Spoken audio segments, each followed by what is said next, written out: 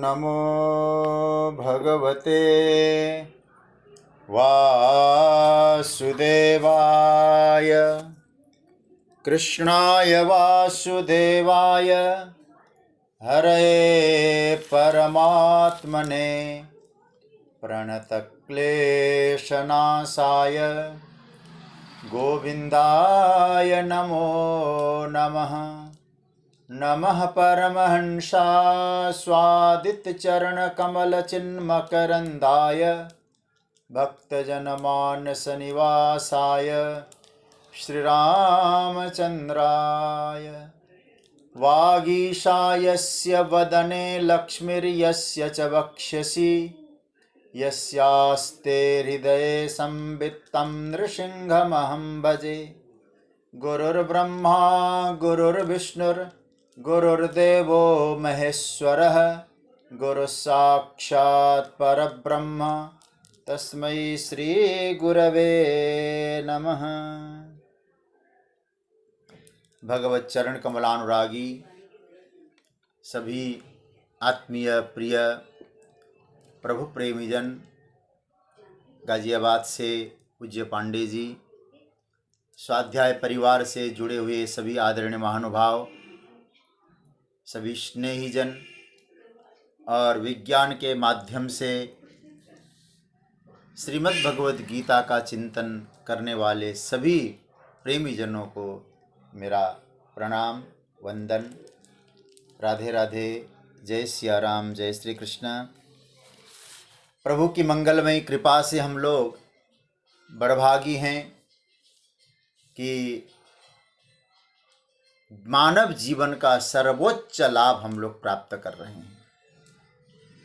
भगवान ने श्रीमद् भगवद गीता के 13वें अध्याय को, जिसका नाम दिया क्षेत्र क्षेत्रज्ञ विभाग योग, उस पर हम लोग चिंतन कर रहे हैं। और जहाँ ज्ञेय को पाने के लिए, अपने आत्म तत्व की उपलब्धि के लिए, भगवत तत्व की अनुभूति करने के लिए भगवान ने जो ज्ञान के 20 जीवन मूल्य बताए, 20 साधन बताए, उन साधनों पर हम लोग चिंतन कर रहे हैं। और जैसा कि एक हम लोगों ने प्रक्रिया बनाई हुई है कि पहले इनका पाठ करें, तो आइए बड़ी मस्ती के साथ इन श्लोकों का पहले पाठ करें, फिर चिंतन।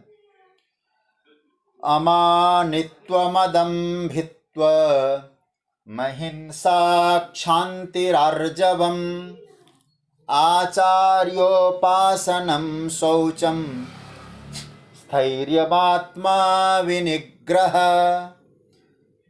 इंद्रियार्थेषु वैराग्य मनहंकार एव च जन्म मृत्यु जरा व्याधि दुःखदोषानुदर्शनम् असक्तिरनभिष्वङ्ग पुत्रदार गृहादिषु नित्यं च समचित्तत्व मिष्टानिष्टोपपत्तिषु मयि चानन्ययोगेन भक्तिरव्यभिचारिणी विविक्तदेशसेवित्व मरतिर्जनसंसदि अध्यात्मज्ञाननित्यत्वं तत्त्वज्ञानार्थदर्शनम् एतज्ज्ञानमिति प्रोक्त मज्ञानं यदतोऽन्यथा। जैसा कि आप सब इससे परिचित हैं कि भगवान ने 7वें श्लोक में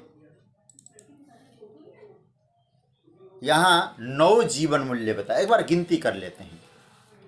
जो 7वां श्लोक है उसमें 9 जीवन मूल्य: अमानित्वम, अदम्भित्वम, अहिंसा, क्षांति, आर्जवम, आचार्योपासनम, शौचम, स्थैर्यम, आत्मविनिग्रह। इसमें हो गए 9। उसके बाद 8वें श्लोक में भगवान ने 3 साधन बताए। उनको जीवन मूल्य कहिए चाहे ज्ञान के साधन बताइए। और 3 कौन कौन से थे? इंद्रियार्थेषु वैराग्यम, अनहंकार और जन्म मृत्यु जरा व्याधि दुख दोषानुदर्शनम। इसमें 3 हो गए। इंद्रियार्थेषु वैराग्यम एक, अनहंकार दूसरा, और जन्म मृत्यु जरा व्याधि दुख दोषानुदर्शनम ये तीसरा। और जब 9वां श्लोक है उसमें भी भगवान ने 3 जीवन मूल्य बताए। तो असक्ति पहला, अनभिस्वंग पुत्रदार गृहादिषु ये दूसरा, नित्यं च समचित्तत्व मिष्टानिष्टोपपत्तिषु ये तीसरा। तो 7वें में 9, उसके बाद 3, 9, 10, 11, 12, फिर 3, 13, 9, 10, 11, 12, 13, 14, 15। अब उसके बाद फिर जो 10वां श्लोक है इसमें भी 3 बताए। आप इसकी हम व्याख्या करेंगे अभी। मयि चानन्य योगेन भक्तिरव्यभिचारिणी एक, विविक्त देश सेवित्वम 2, अरतिर्जन संसदी 3। तो कितने हो गए? 9, 10, 11, 12, 13, 14, 15, 16, 17, 18। अब उसके बाद जब हम 11वें श्लोक में जाएंगे उसमें 2 भगवान ने बताए, अध्यात्म ज्ञान नित्यत्वम, फिर तत्व ज्ञानार्थ दर्शनम। इस तरह से 20 जीवन मूल्य होते हैं।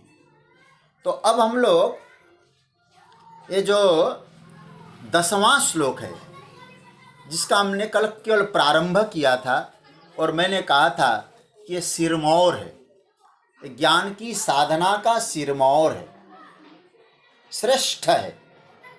जैसे मैं कई बार कहता हूँ इस बात को, गंगा जी तो सब जगह पवित्र है, लेकिन उन स्थानों में गंगा जी की विशेष महिमा मानी गई है।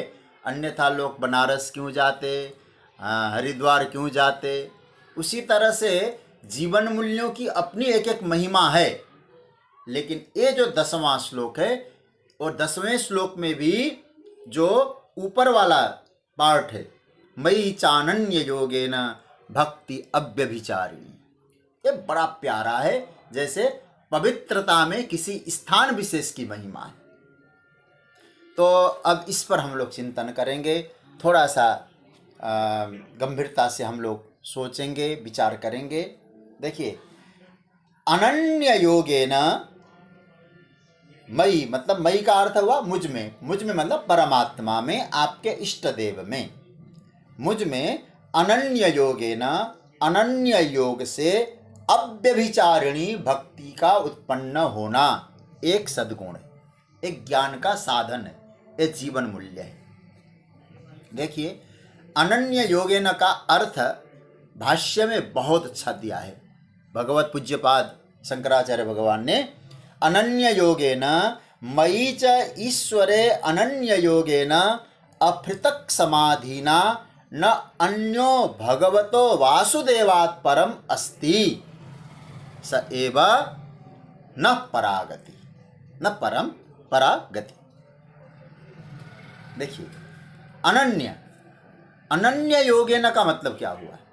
जो भगवान ने कहा ना, मयि च अनन्य योगेन, इस शब्द को पकड़ लेना। हम लोग अनन्यास चिंतयन्तो माम में भी थोड़ा अनन्य की व्याख्या हम लोगों ने देखी थी। अनन्य योगेन का अर्थ है निरंतर, हमेशा चित्त की वृत्ति परमात्मा से जुड़ी रहे, इसका नाम है अनन्य योग। एक शब्द आता है ना अन्य योग, लेकिन यहाँ अन्य योग नहीं है, अनन्य योग मतलब भगवान को छोड़कर चित्त की वृत्तियां अन्यत्र न जाए। देखिए, इसलिए क्या लिखा शंकराचार्य ने, अपृथक कहते हैं, न अपृथक समाधिना। भाष्य में बहुत बढ़िया सूत्र, अपृथक समाधिना, कभी भी चित्त की वृत्तियां परमात्मा से पृथक न हो, परमात्मा से अलग न हो। मतलब कैसे? बोले चित्त की हमारी जो वृत्तियां है, स्थितियां है, हमेशा परमात्मा की याद में निमग्न रहे। और परमात्मा की याद में निमग्न रहने का मतलब क्या है? हमारी वृत्तियों ने, हमारी भावनाओं ने परमात्मा को स्वीकार किया है। अच्छा, आप निरंतर याद किसको करते हैं? जिसको आप अपना मानते हैं, जिससे आप स्नेह रखते हैं, जिसमें को महत्व देते हैं, उसी को आप निरंतर याद करते हैं। तो क्या मतलब हुआ? कि इसका मतलब हुआ कि हमारी चित्त की वृत्तियों ने, हमारी बुद्धि ने, हमारी भावना ने परमात्मा को स्वीकार किया है। इसका नाम है स्वीकृति। हमारे वैष्णव जन इसी स्वीकृति को शरणागति भी कहते हैं। इस स्वीकृति को ही शरणागति माना है, स्वीकार कर लेना। क्या स्वीकार किया? हम चित्त की वृत्तियों के माध्यम से परमात्मा से कभी पृथक नहीं है, इसी का नाम है स्वीकृति। और शंकराचार्य भगवान ने इसको बहुत बढ़िया कहा, न अन्यो भगवतो वासुदेवात् परम अस्ति। भक्त की दृष्टि कैसी होनी चाहिए? भगवान से पर दूसरा कोई चीज है ही नहीं मेरे लिए। देखिए, बहुत बढ़िया सूत्र दिया, अतएव सगति। वही हमारी गति है, वही हमारे वरणीय है, वही हमारे शरण है। क्योंकि दूसरा है नहीं हमारी दृष्टि में। न अन्य, अन्य की कल्पना मेरी दृष्टि में है नहीं। देखिए, मीराबाई का एक प्यारा सा पद है ना, क्या होता है? हो नहीं होए सो होए। क्या लिखती हैं? असुवन जल सींची सींची प्रेम बेली बोए। आहा, क्या बढ़िया भाव है। असुवन जल सींची सींची प्रेम बेली बोए, मीरा की लगन लागी होनी होए सो होए। हमने तो अपनी लगन लगा दी, अब जो होना है हो जाए। इसी का नाम है न परम गति। दूसरी कोई गति ही भक्त के लिए नहीं है। और इसको कठोपनिषद में मंत्र दृष्टा ऋषि यमराज नचिकेता से क्या कह रहे हैं? सा काष्ठा सा परागति। हाँ हाँ हाँ, देखो क्या गीता का सूत्र है। कहा कि वही सबसे श्रेष्ठ, उससे आगे कुछ है ही नहीं। मतलब वही वरेण्य है। तो सीधी सी बात क्या हो गई भक्त के जीवन में? मई चानन्य योगेन भक्तिरव्यभिचारिणी का अर्थ हुआ मार्ग भी वही है। मार्ग में जो सहयोगी होते हैं ना, पाथेय, खाने पीने की वस्तु समझ लो, वो भी वही है, लक्ष्य भी वही है, रास्ता भी वही है, पाथेय भी वही है, पथ्य भी वही है। तो तीन चीज वही है। मैं थोड़ा संस्कृतिष्ठ शब्द का प्रयोग कर रहा हूँ। पथ भी वही है, पाथेय भी वही है, और पथ्य भी वही है, मार्ग के द्वारा प्राप्त करने योग्य। और किसने माना है इस बात को? अब मैं आपको थोड़ी देर चित्रकूट की सभा में ले जाऊंगा। अब चित्रकूट की सभा में भरत जी की स्थिति का वर्णन राजा जनक जी करते हैं। कोई निर्णय नहीं ले पा रहे हैं कि राम वापस अयोध्या लौटेंगे या बनाएंगे, क्योंकि भरत जी की भावना को देखकर जनक जी का ज्ञान भी हवा होने लगा। तो जनक जी वशिष्ठ जी के सामने, वशिष्ठ जी को निहारते हुए कहते, हे गुरुदेव वशिष्ठ, आपका जो चेला है ना, इसके मन में मान्यता है, और ऐसी मान्यता हो नहीं सकती किसी की। बोले कौन सी मान्यता है? देखिए भरत जी की मान्यता, साधन सिद्धि राम पग नेहु। ये पकड़ लेना, आपको मजा आ जाएगा। कहते साधन और सिद्धि दो बातें होती है ना। एक होती है साधन, हम लोग जप करते हैं, तप करते हैं, बैठ के गीता सुन रहे हैं, ये हमारे लिए साधना है, साधन है। और इससे जो पाने योग्य वस्तु है वो क्या है? सिद्धि। लेकिन भरत जी के बारे में जनक जी क्या कहते हैं? भरत के लिए साधन और सिद्धि में कोई भेद नहीं। भक्तों के लिए पकड़ने जैसी बात है। क्यों भेद नहीं है? बोले साधन भी वही है और सिद्धि भी वही है। क्या है? राम पग नेहु। भगवान राम जी के चरण कमलों में प्रेम ही भक्त की साधना है, और भगवान राम जी के चरण कमलों में प्रेम बना रहे ये सिद्धि भी है। ये क्या मतलब इतना प्यारा सूत्र है। भगवान के चरण में जो नेह है वही मेरा साधन है, और साधन से पाई जाने वाली जो सिद्धि है वह भी वही है। बस प्रेम बड़े प्रभु चरणों में, और कुछ नहीं।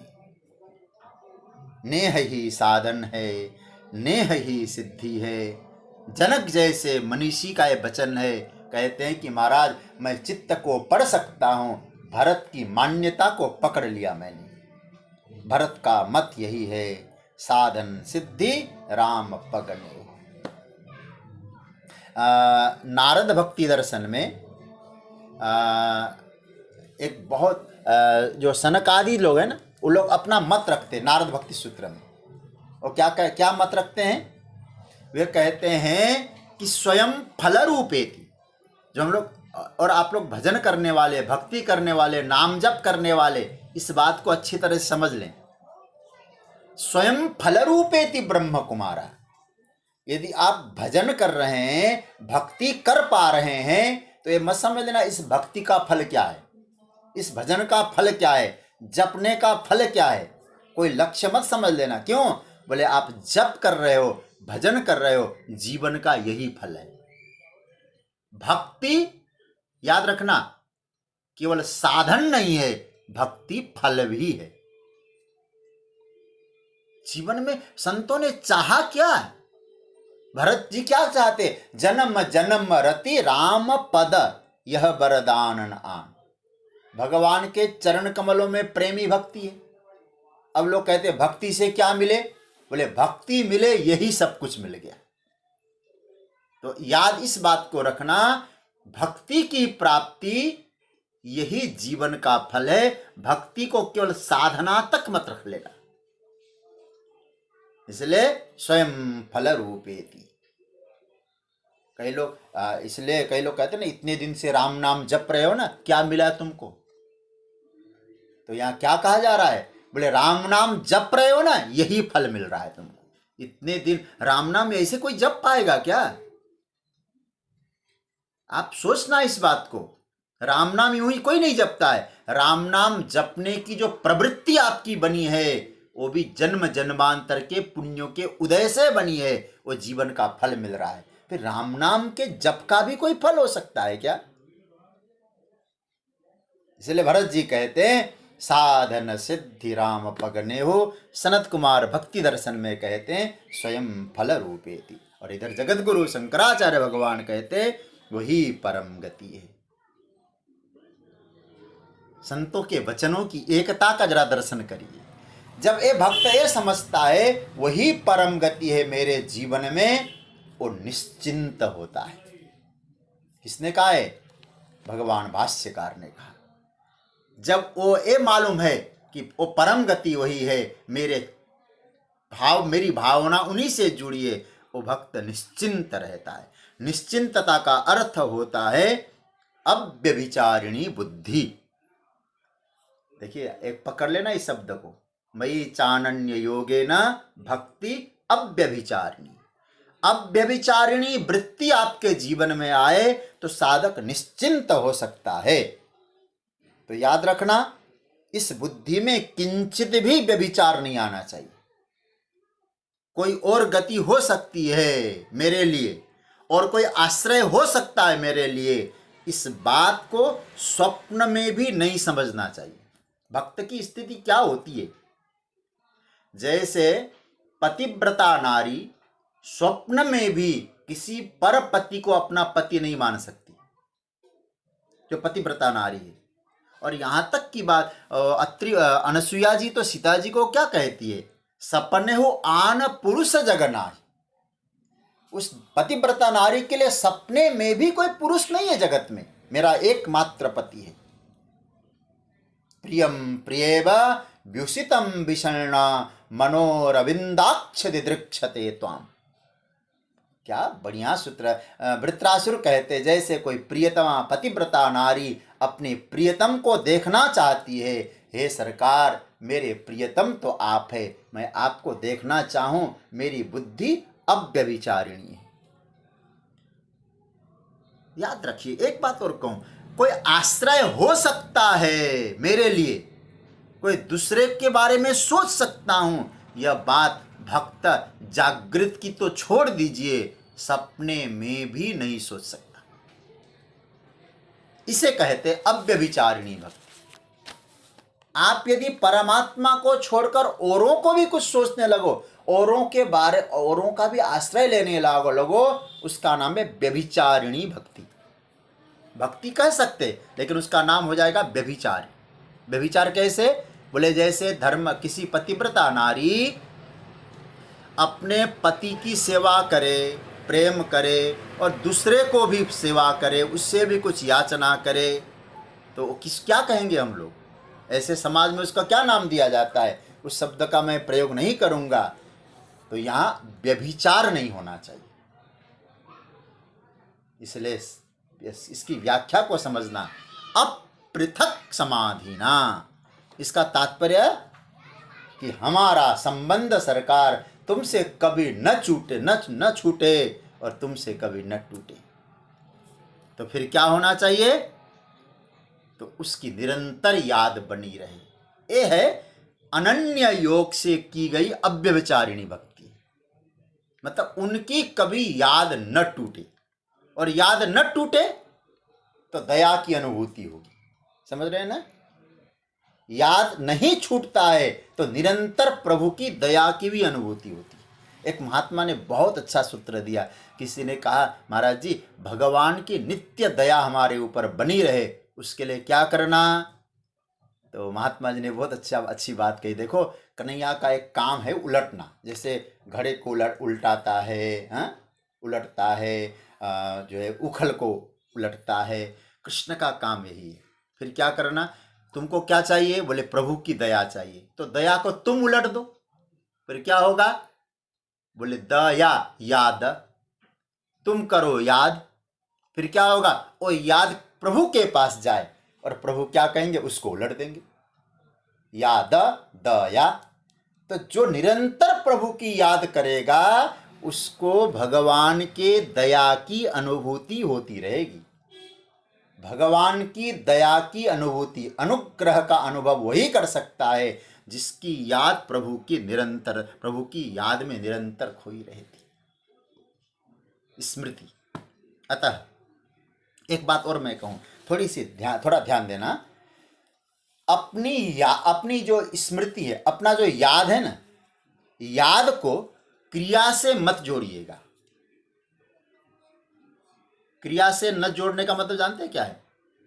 देखिए, क्रिया और याद, दो शब्दों का मैं प्रयोग कर रहा हूं। हमारा जो कर्म है, हमारी जो क्रिया है, आप कभी समझ सकते हैं क्या?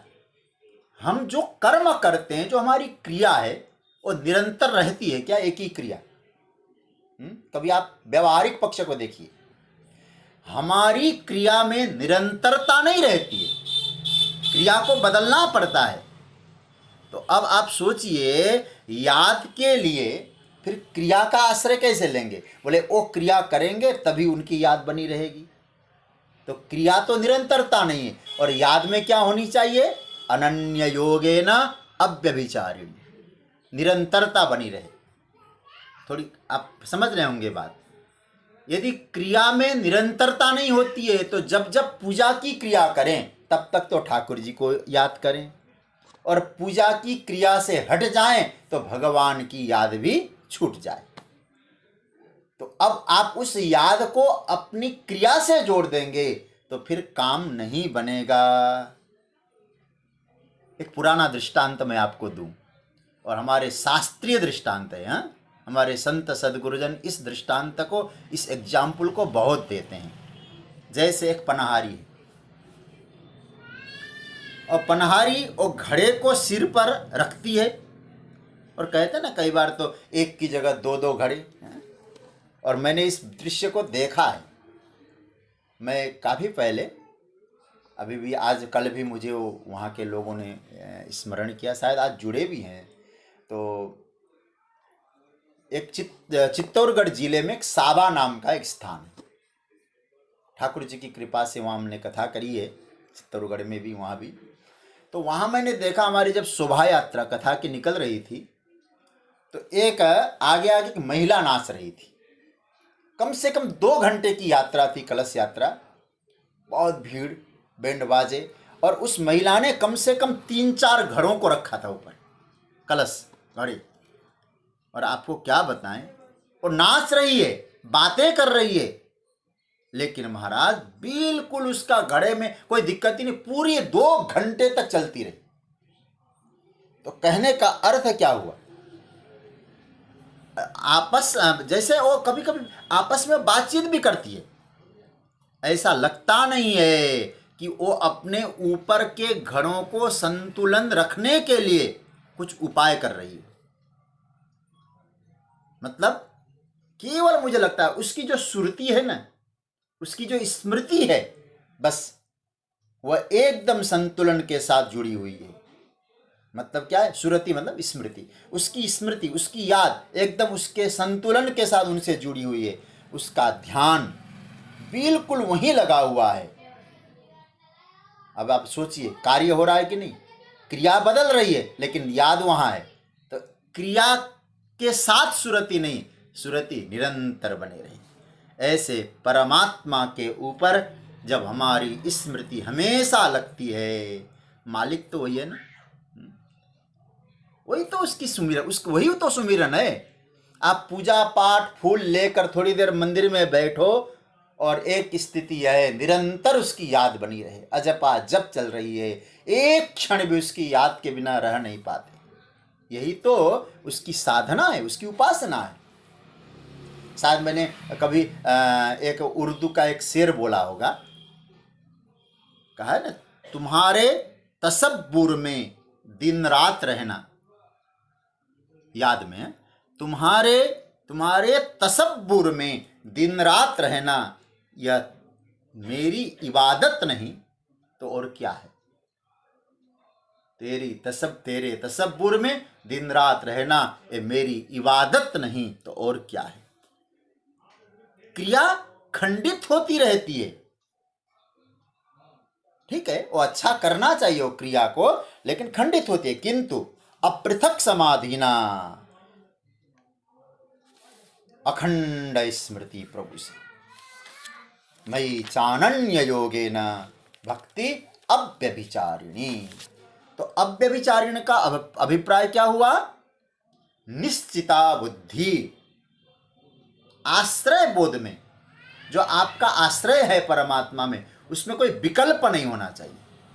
विकल्प का मतलब अल्टरनेट, जिसका आपने आश्रय लिया, कभी आप यदि अल्टरनेट खोजने लग जाओ, इससे अच्छा यह, इससे अच्छा यह, इसका आश्रय लें, बोले याद रखिएगा उसका नाम है व्यभिचार। अल्टरनेट न हो, व्यभिचार न हो, कोई और आश्रय हो सकता है, कहीं और आशा लगा ली है मैंने, यह नहीं हो सकती। इसलिए क्या बढ़िया बात कहते हैं ना, आशा एक राम जी से दूजी आशा छोड़ दे, नाता एक राम जी से दूजा नाता तोड़ दे। तुलसी बाबा, ये मुझे बहुत प्रिय, ये जो पद है ना विनय पत्रिका का, कभी आपको अवसर मिले गुनगुनाइएगा। यह विनती रघुवीर गोसाई, बाबा तुलसी ने क्या गजब का सूत्र दिया। मेरी एक विनती है रघुवीर, भगवान ने कहा क्या विनती है, और आस विश्वास भरोसो हरहु जीव जड़ताई। आपको छोड़कर कहीं दूसरी जगह विश्वास, दूसरी जगह आशा, ये मेरी जड़ता है, मूर्खता है। यदि आप कृपा कर सकते हो, ऐसी मूर्खता का हरण कर दो सरकार। मैं आपको छोड़कर और किसी को आश्रय न मानूं, आपको छोड़कर कोई मेरा अपना किसी का स्मरण न बने, निरंतर आपकी याद बनी रहे। यदि आपको छोड़कर हमारी आशा कहीं लग रही हो तो हमारी जड़ता है, हमारी मूर्खता है। कहीं और भरोसा हो रहा है तो व्यभिचारिणी हो जाएगी सरकार, ऐसी कृपा करो। कैसी भक्ति चाहिए, नान्या स्पृहा रघुपते हृदयेस्मदीये। सत्यम वदामि च भवान अखिलांतरात्मा। हे प्रभु, मैं सच कहता हूँ, आप तो मेरे अंतर को जानते हैं ना। मैं सच बोल रहा हूँ, मुझे कोई इच्छा नहीं है। भगवान ने कहा कुछ तो है। बोले भक्ति है तुम्हारे मन में? हाँ भक्ति तो है महाराज। कैसी भक्ति है? बोले साधारण भक्ति है। फिर कौन सी भक्ति चाहिए तुमको? बोले महाराज भक्तिम प्रयच्छ रघुपुंगव निर्भराम में, निर्भरा भक्ति प्रदान करिए। इसी निर्भरा शब्द बदल गए, अलग विषय है। इसी निर्भरा भक्ति का नाम है अव्यभिचारिणी, अनन्य भक्ति। यह है निर्भरा भक्ति, और परमात्मा प्रदान करते हैं। हाँ? और मुझे कभी कभी ऐसा लगता है, ऐसा कोई व्यक्ति हो जिसके हृदय में एक निर्भरा भक्ति आ जाए, उसके आसपास वो जब चलता है वो श्रद्धा बिखेर देता है। वो व्यक्ति बिखेरता है श्रद्धा को अपने आसपास। जो है, जो लोगों के टूटे हुए भरोसे हैं, उनके चित्त में भरोसा जगाता है। वो व्यक्ति उनको देखकर भरोसा जगती है। वो कहेगा घबराओ नहीं, स कृष्ण क्वापि नो गतः। और ये बिल्कुल प्रामाणिक बात कह रहा हूं मैं। श्रीमद् भागवत में भक्ति उदास हो गई। आप लोग कथा तो सुनते हैं, अब सप्ताह कथा में तो एकदम भागम भाग रहता है ना, मूल विषय पकड़ ही नहीं पाते। तो कभी कभी तो मुझे लगने लगता है कि सप्ताह कथा को दंडवत करके एक एक प्रसंग लेके चिंतन करना चाहिए। जब वृंदावन में भक्ति हताश हो गई, उदास हो गई, भरोसा टूटने लगा, मेरे दोनों पुत्र वृद्ध हो गए, मैं दुखी हूं, और भक्ति नाम मेरा, भक्ति के लिए भी ऐसा संकट आ सकता है। आप जरा सोचिए, इतनी उदास हो चुकी थी, नारद जी गए। भरोसा जगाने का तरीका देखिए जरा। तब नारद जी ने पहले तो क्या किया, उनको जगाया, ज्ञान वैराग्य को। नहीं जगे तो भक्ति को उपदेश देने लगे। और उपदेश में एक पंक्ति नारद जी ने ऐसी कही, हे भक्ति ध्यान से सुनो। द्रौपदी च परित्राता एन कौरव कस्मलात् पालिता गोप सुंदर्यः स कृष्णः क्वापि नो गतः।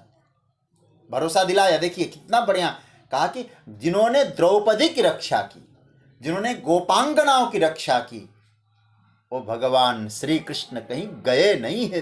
भक्ति यही है अभी, ये भरोसा रखो। और जब नारद जैसा भक्त भक्ति को समझाता है तो आप जानते हैं क्या होता है, भक्ति के हृदय में जो टूटा हुआ भरोसा था प्रकट होने लगता है। यह संतों का कार्य क्या है, किसी के हृदय में भगवान के प्रति भरोसा टूट जाए, बस उसको जागृत करो। यह संतत्व का काम है। याद रखिएगा, संत जीवन में किसी के हृदय की भक्ति को टूटने नहीं देता है और जागृत करता है। तो यहां क्या हुआ, स कृष्ण क्वापि नो गतः। तो मैं चर्चा कर रहा था कैसी भक्ति से संभव है, अव्यभिचारिणी भक्ति। मयि चानन्य योगेन भक्ति अव्यभिचारिणी। भगवान ही मेरे हैं, अन्य नहीं है, यही अनन्य योग है। इसलिए देखिए, योग शब्द का अर्थ क्या जानते हैं?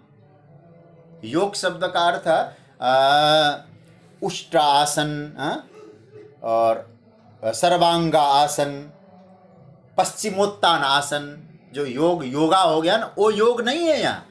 अनन्य योग, योग शब्द का अर्थ होता है युक्त होना, जुड़ना।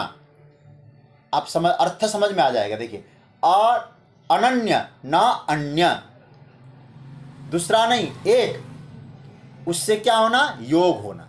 योग मतलब जुड़ना, एकमात्र परमात्मा से जुड़ना ही अनन्य योग है। तो इसका मतलब है अन्य के साथ नहीं, केवल परमात्मा के साथ मैं जुड़ूं। अनन्य, भगवान से जुड़कर भगवान की अव्यभिचारिणी भक्ति, इसी का नाम है मयि चानन्य योगेन भक्ति अव्यभिचारिणी। देखिए, ये तो आप स्वीकार करना ही पड़ेगा। असल में साधक के जीवन का आधार है ना, वो यही है। यदि पूरा भक्ति के रहस्य को समझना है, प्रेम के, तो भक्त के जीवन का आधार यही है। अपने परमात्मा का वर्ण करना, उन्हीं के आश्रय में रहना, उन्हीं के शरण को ही सर्वश्रेष्ठ समझना और सदा उन्हीं की शरण में रहने की इच्छा रखना, उन्हीं के अनुग्रहों का सदा स्मरण करना, और जो हमारा चित्त है भक्ति की भावना से भावित होकर परमात्मा से जुड़े रहना। मयि चानन्य योगेन भक्ति अव्यभिचारिणी। इस पर बहुत चिंतन हुआ है। हमारे कितना बड़ा उपकार किया है ना संतों ने। कहा कि ठीक है, प्रश्न उठाया एक, भगवान से जुड़ा रहना आपने ठीक कहा, तो भगवान से जो अनन्य का मतलब उनसे जुड़े रहना। जुड़ा तो शिशुपाल भी था। ये प्रश्न उठाया है यहाँ। जब गीता की व्याख्या ना मधुसूदन सरस्वती इसको लेते हैं, क्या कहते हैं? शिशुपाल भी जुड़ा था, कंस भी जुड़ा था, रावण भी जुड़ा था। हाँ? तो फिर बोले उसको लोग एक प्रकार से भक्ति नहीं कहेंगे क्या? भक्ति बोल देते हैं, परंतु सत्य क्या है? बोले सच यह है, साधक के लिए वो स्थिति ग्रहण करने लायक नहीं है। और हमारे पूज्य श्री मधुसूदन सरस्वती जी अपनी भाष्य में क्या लिखते हैं? न ग्राह्या। न ग्राह्य मतलब ऐसी भक्ति ग्राह्य नहीं है, एक्सेप्ट नहीं करनी चाहिए। क्योंकि क्यों भाई? फिर प्रश्न उठा, बोले उस भक्ति से क्या मुक्ति नहीं मिलेगी? आप लोग बहुत चिंतन कर रहे हैं गीता पर, इन सूत्रों पर चिंतन करना। आप कहते हैं भगवान से जुड़ना, ठीक है। शिशुपाल कंस से जुड़े, ठीक, इस बात को भी मानते हैं। क्या शिशुपाल और कंस को मुक्ति नहीं मिली? कहा कि नहीं। देखो, उसमें मुक्ति का जो फल है और इसका निषेध नहीं है, उनको मुक्ति अवश्य मिली। कंस को मुक्ति मिली, शिशुपाल को मुक्ति मिली और रावण को भी मुक्ति मिली। मुक्ति का बिल्कुल निषेध मत करना है। किंतु जीवन काल में जो उनकी जो वृत्ति है, उस वृत्ति में उनको तृप्ति मिली? क्या जीवन काल में उनको कभी रसानुभूति हुई? सच्ची बात तो यह है, रावण और शिशुपाल कंस पूरे जीवन पर्यंत जो आनंद है, जो रसानुभूति है, उससे वंचित रहे कि नहीं रहे? कारण क्या है? क्यों रहे? जुड़े तो थे भगवान से और निरंतर। और रामचरित अध्यात्म रामायण में तो बहुत बढ़िया कथा है। रावण हर समय राम से जुड़ा हुआ था, ऐसा लिखा है। भय से जुड़ता है, कोई द्वेष से जुड़ता है, जुड़ा ही रहता है महाराज। अच्छा, उनको रसानुभूति नहीं हुई। क्यों नहीं हुई? तो मैं चर्चा कर रहा था, क्योंकि जो द्वेष वृत्ति है ना, जो द्वेष भाव है, जो दुश्मनी का भाव है, वो हमेशा ज्वलनशील होता है, ज्वलनात्मक होता है। अंतकरण में जब द्वेष भाव, दुश्मनी भाव जागे तो अंतकरण में मानो आग लग गई, ऐसा समझना चाहिए। अंतकरण में आग लग गई। और आग का प्रभाव क्या है? जैसे जिस लकड़ी में आग लगे, आग का स्वभाव क्या है? वो दूसरों का भी दहन करती है और जिस आश्रय में वो आग रहती है उसको भी जलाती है। तो इसका मतलब समझ रहे हैं ना? जितनी भी ज्वलनशील वृत्तियां हैं उसका यही स्वभाव है। वह जिस अंतकरण में रहेगी वह वृत्ति अंतकरण को जलाएगी ही जलाएगी। तो क्या वृत्ति बताया? द्वेष वृत्ति नहीं होना चाहिए, दुश्मनी का भाव नहीं होना चाहिए। इसलिए मैं अव्यभिचारिणी पर चिंतन दे रहा हूं आपको, क्योंकि वह व्यभिचारिणी भक्ति है, क्योंकि द्वेष वृत्ति से भक्ति है, अनन्य वृत्ति से भक्ति नहीं है। हालांकि श्रीमद् भागवत के सप्तम स्कंद में श्री सुखदेव जी महाराज ने इसको स्वीकार भी किया है। उन्होंने तो वहाँ स्पष्ट लिखा है, तस्मात् केनाप्युपायेन मनः कृष्णे निवेशयेत्। कैसे भी हो मन भगवान में जम जाए, ये कहते हैं। लेकिन इस पर मधुसूदन सरस्वती जी कहते हैं, हमें उपाय की बिल्कुल चिंता नहीं है, फिर फल यह होना चाहिए मन कृष्ण से जुड़ा रहे। उपाय की चिंता नहीं है, मन का निवेश श्री कृष्ण में बना रहे, पर यह ग्राह्य है। लेकिन एक कहना द्वेष वृत्ति से बना रहे, एक ग्राह्य नहीं है। भक्ति की दिव्य भावना से हमारी जो चित्त की वृत्तियां है वो सराबोर होए बने, भक्ति की सरिता में हमारे चित्त की वृत्तियां डूब जाए, उसमें परमात्मा की कृपा की स्मृति बने, भगवान का ही आश्रय लेने की इच्छा हो, चाह इतनी हो और कोई भी आश्रय लेने की चाह न हो, इतनी ही चाह हो, प्रभु आपको छोड़कर कोई अन्य मेरे जीवन में चाह न हो। एक इसमें एक रहस्य बात बताओ आपको, ये बहुत रहस्य की बात सुना दूं आपको। इसमें एक रहस्य है, परमात्मा के सभी, परमात्मा ही सबके आश्रय है, लेकिन जब भगवान सहारा देते हैं, भगवान उपकार करते हैं हमारे ऊपर, तो भगवान अपने उपकारों को जताते नहीं है। ये तो आप जानते हैं ना, कभी भगवान ने जताया नहीं कि मैंने उपकार किया है। वह उपकार यदि आपको याद रखना है तो क्या करना होगा, वो याद नहीं। एक बात स्पष्ट समझ लो, प्रभु ने आपके ऊपर किए गए उपकारों को याद कभी रखा ही नहीं। अच्छा, भगवान ने रखा होता तो एक एक उपकारों का मोल हम चुका पाते? नहीं रखा है प्रभु ने, तो फिर क्या करना होगा, उन उपकारों को हमें याद रखना है। और याद कैसे, प्रयत्न करके रखना है।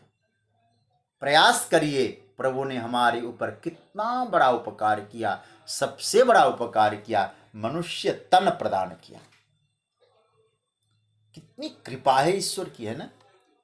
कभी आप अपने को देखिए, अव्यभिचारिणी भक्ति को ठीक समझना है, इस कृपा को देखिए। जब हम पैदा हुए,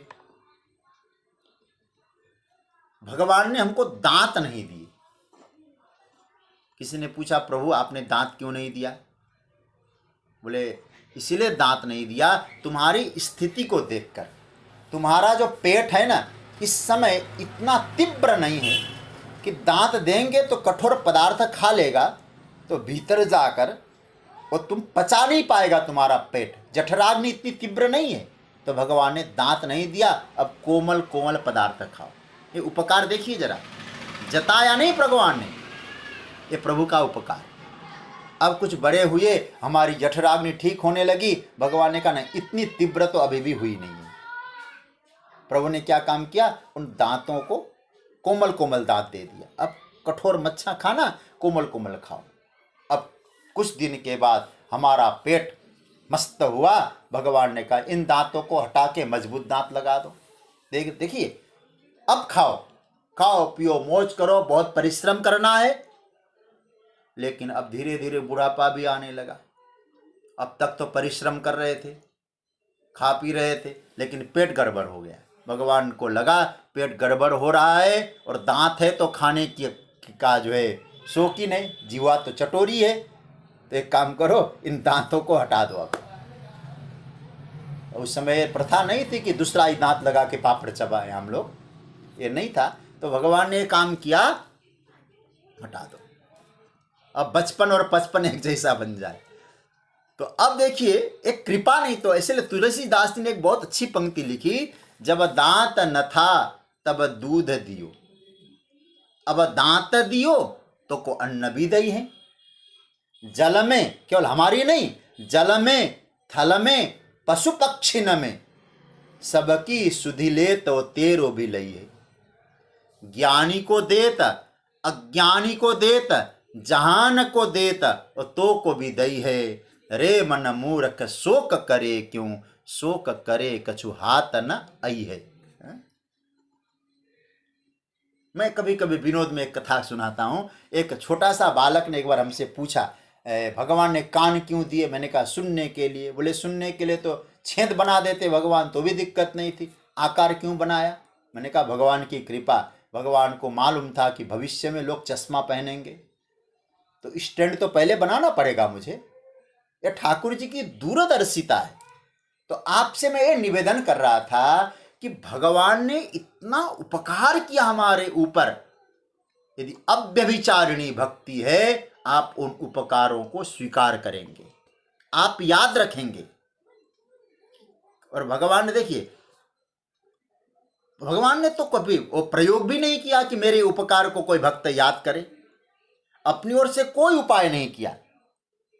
कोई याद रखना हो तो रख ले, लेकिन क्या बताएं, मनुष्य का स्वभाव है। आप जरा सोचिएगा, वह तो जरूर कहता है। हमने कभी किसी के लिए थोड़ा सा भी कुछ किया हो ना, तो भीतर भीतर संभव है किसी मौके पर बोलेगा जरूर, भैया तुम्हारे लिए हमने किया था ना।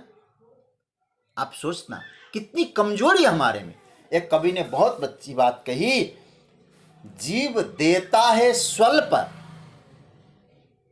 पर छपाता है उसे। जीव देता है स्वल्प पर छपाता है उसे, और ईश्वर देता है अनंत पर छिपाता है उसे। तो अव्यभिचारिणी भक्ति का अर्थ क्या हुआ? परमात्मा ने इतनी बड़ी कृपा की हमारे ऊपर, उस कृपा को निरंतर याद बना रहे। केवल क्रिया में याद नहीं है। याद को फिर कह दूं, आप अपनी क्रिया को स्मरण से मत जोड़िएगा। क्रिया की स्थिति अलग है, स्मरण की स्थिति अलग है। उसके उपकार को याद करो। उर्दू में कहा जाता है ना, एहसान लेना। जैसे परमात्मा का उपकार है, ऐसे जगत का भी हमारे ऊपर उपकार है।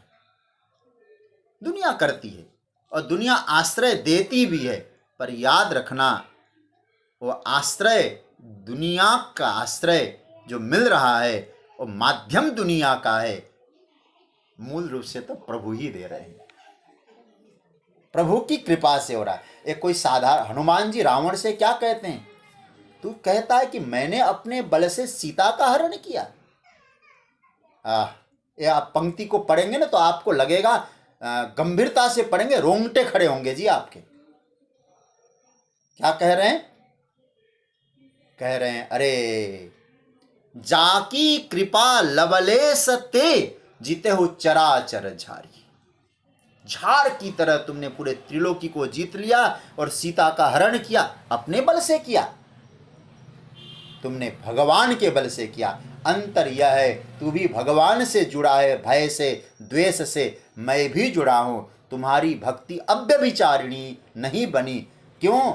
बोले तुम उनके उपकार को नहीं समझ पा रहे हो, और मैं हर जानता हूं हर कृपा उन्हीं के कारण, हर स्थिति उन्हीं की कृपा से है, इसलिए मेरी भक्ति अव्यभिचारिणी। तो हनुमान जी की भक्ति अव्यभिचारिणी क्यों है? सो सब तब प्रताप रघुराई। प्रभु की कृपा भयो सब काजू, जन्म हमार सुफल भा आजू। इसलिए परमात्मा के बल पर हमारे ऊपर कृपा हो रही है, उसको याद रखना। मतलब भगवान की जो कृपा करना और भूल जाना, ये अदा भक्तों को बहुत प्यारी लगती है। मैं अदा शब्द का प्रयोग कर रहा हूं। भलाई करें और महाराज बिल्कुल न जताएं। एक आप लोग बहुत अच्छी तरह से कहावत कहते हैं ना, भगवान ने मुझे लगता है कि उसी को जो है फॉलो किया है। क्या किया? नेकी कर और कुएं में डाल। नेकी कर और कुएं में डाल। भूल जा, बस तुमने नेकी कर दिया और कुएं में डाल दे। अब उसको याद करोगे तो क्या होगा? अरे भैया हमारे लिए तो उन्होंने ऐसा किया, भूल गए।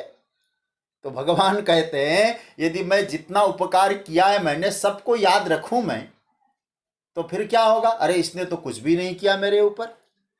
तो कहने का अर्थ यह है सज्जनों, भगवान की कृपा हमारे ऊपर इतना है, तो आपको क्या करना है? भगवान से जुड़ना है। मयि मयि अनन्य भावेन अनन्य योगेन। भगवान क्या कहते हैं? मयि चानन्य योगेन, अनन्य भाव से मुझसे जुड़ो। लेकिन याद रखना, व्यभिचारिणी मत बनाओ अपनी भक्ति को, अपने प्रीति को अव्यभिचारिणी बना के रखो। तो कहने का मतलब यह है, लेकिन एक बात है ना, उनको उस कृपा को याद रखना, उनके उपकारों को याद रखना, ये जिम्मेदारी हमारे ऊपर है। ये याद रखिएगा, ये जिम्मेदारी हमारे ऊपर प्रभु ने डाल रखी है कि तुमको याद रखना हो तो याद रख लो, नहीं रखना हो तो कोई बात नहीं, मैं तो पहले ही भूल चुका हूं, मैं याद नहीं रखूंगा। यही ठाकुर जी की अदा है। मैं केवल ये आपसे निवेदन करना चाहूँगा सज्जनों, कभी हम लोग इस पर चिंतन करें, कितना उपकार परमात्मा का हमारा ऊपर है, कितना उपकार किया है, और हम लोग जुड़ किससे रहे हैं? अन्य से। तो भगवान का पहला जो हमारे लिए संकेत क्या है इस मंत्र में? मयि चानन्य योगेन। बस अब अन्य से मत जुड़ो। अन्य से यदि जुड़ना है तो अन्य की सेवा तो करो, लेकिन जुड़ने के लिए अन्य नहीं है, जुड़ने के लिए अनन्य है ना, अन्य वो भगवान है। समझ रहे हैं ना? जो हमारे पास परमात्मा ने दिया है, उनकी कृपा से है, तो क्या सोचना, दो जगत की सेवा करें, सेवा के लिए दिया है। जगत से जुड़ने के लिए भगवान ने नहीं कहा है। भगवान कहते हर समय कहा लोक की सेवा करो, लेकिन जब जुड़ने की बात आई, मयि चानन्य योगेन, दूसरा नहीं है अर्जुन, मैं ही हूँ, मुझसे जुड़ो। अच्छा महाराज, जब आपसे जुड़ गए, आपसे जुड़ने के बाद फिर दूसरे से कहीं जुड़ गए, भगवान ने कहा ये गड़बड़ हो जाएगा। फिर क्यों?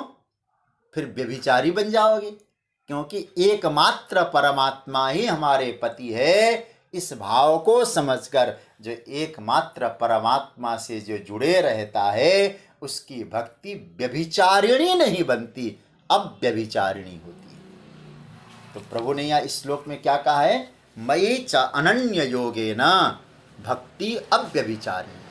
और शंकराचार्य भगवान ने इसको क्या कहा है, मैं इसको कंक्लूजन कर रहा हूँ, फिर नीचे की पंक्ति में उतरना है मुझे।